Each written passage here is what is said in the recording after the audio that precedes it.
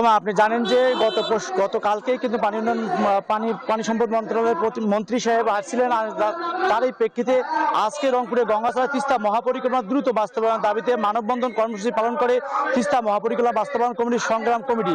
উপজেলার মহিপুরের সেতুর দক্ষিণ পাশে তিস্তা নদীর আয়োজিত যে মানববন্ধনে অংশ নেন তিস্তা পারে শত মানুষ। তারা তিস্তা মহাপরিকল্পনা বাস্তবায়নের দাবিতে সুনির্দিষ্ট রোডম্যাপ এবং দেশীয় অর্থায়নের পরিকল্পনা বাস্তবায়নের দাবিতে তারা কিন্তু মানববন্ধন করেছিল। আমরা এখানে রংপুর 1 আসনের সংসদ সদস্য রয়েছে, সেই সংসদ সদস্য জানতে চাবো আসলে এই যে আপনারা আজকে মানববন্ধনে দাঁড়িয়েছেন, গতকালকে পানি সম্পদ মন্ত্রী এসেছিলেন, তাই আশ্বাস দিয়েছেন তিস্তা মহাপরিকল্পনা বাস্তবায়ন। আপনারা কি চাচ্ছেন একটু বলুন। ধন্যবাদ আপনাকে। আমাদের এই কর্মসূচি কয়েকদিন আগে ঘোষণা হয়েছে। উত্তরাঞ্চলের 5টি জেলায় একযোগে কর্মসূচি পালিত হচ্ছে।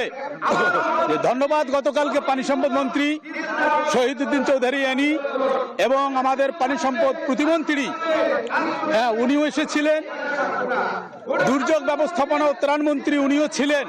তারা সেখানে ঘোষণা দিয়েছেন আমরা যেহেতু এই দাবি দৃশ্যমান কার্যক্রম, এই দাবি আদায়ের ক্ষেত্রে যতক্ষণ না আমরা দৃশ্যমান কার্যক্রম দেখছি সরকারের পক্ষ থেকে, যতক্ষণ না এটি ঘোষণা দেওয়া হচ্ছে, আমরা আশা করি আগামী একনেক বৈঠকে পদ্মা ব্যারেজ যেভাবে বরাদ্দ পেয়েছে, আগামী একনেক বৈঠকে তিস্তা মহাপরিকল্পনা এই বরাদ্দ পাবে। শুনছিলেন যে তিনি বলছেন রংপুর 1 আসনের সংসদ সদস্য বলছিলেন আগামী চিন্মত্রিক যে বাজেট রয়েছে সেই বাজেটের জন্য এই তিস্তা মহাপরিকল্পনা বাজেট উঠে আসে, তিনি এটাই জানাচ্ছেন। এই ছিল রংপুরের গঙ্গাছড়া থেকে সর্বশেষ তথ্য।